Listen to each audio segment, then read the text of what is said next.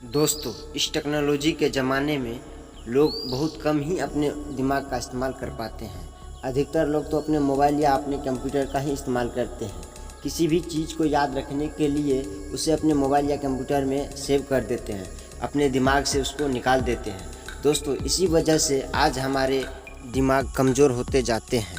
दोस्तों, आज हम इस वीडियो में आप लोग को बताएंगे कि आप पढ़ते समय किस तरफ फोकस करें, अपने पढ़ी हुई बातों को कैसे याद रखें। दोस्तों, आज हम इस वीडियो में आपको याद करने के तरीके बताएंगे। तो चलिए दोस्तों, हम वीडियो को शुरू करते हैं।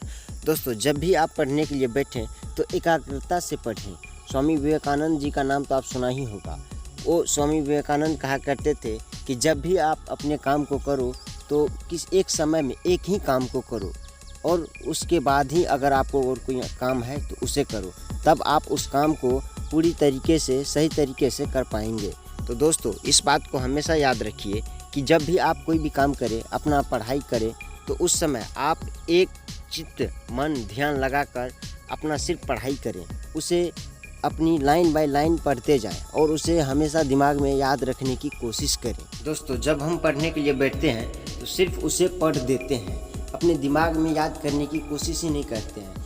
दोस्तों, आप देखते होंगे कि आप अगर कोई YouTube पे वीडियो देखते हैं, इंटरनेट पे कोई फ़नी चीज़ देखते हैं, तो उसकी बातें आपको हमेशा याद रहते हैं, वो सीन आपको हमेशा याद रहते हैं। क्यों दोस्तों? वो याद रहते हैं और पढ़ी हुई बातें याद नहीं क्यों नहीं रहती हैं? दोस्तों, आप जब भी कोई मूवी देखते हैं तो उसके बारे में ज़्यादा सोचते हैं, उसको रिवीजन करते हैं, उसको इमेजिन करते हैं, इसलिए वो आपको यादें रहती हैं। ठीक उसी प्रकार दोस्तों, अगर आप कोई चीज़ पढ़ते हैं, बार बार आप उसी चीज़ को दोहराइएगा, उसी चीज़ को सोचिएगा, उसी बातों को याद रखिएगा, तो दोस्तों वो आपको भी याद रहेगा। दोस्तों, जब भी हम पढ़ते हैं तो अपनी मन को कहीं और पढ़ाई कहीं और करते हैं।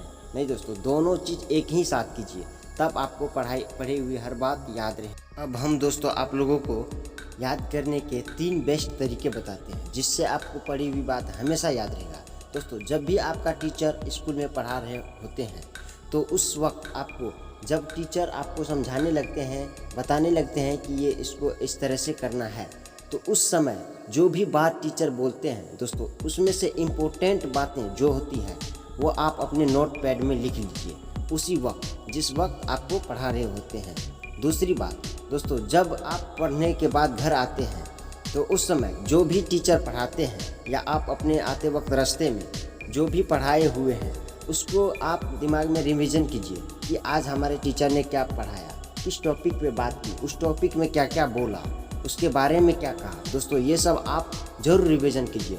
अगर ऐसा रिवीजन करते हैं आपको हमेशा याद रहेगा। तो तीसरी बात, जब भी आप पढ़ के आए तो आप जितना पढ़ें उसको रिवीजन जरूर करें। रिवीजन अच्छा याद रखने की। दोस्तों, इन 3 बातों को आप हमेशा याद रखिए, आपको बड़ी बात हमेशा याद रहेगी।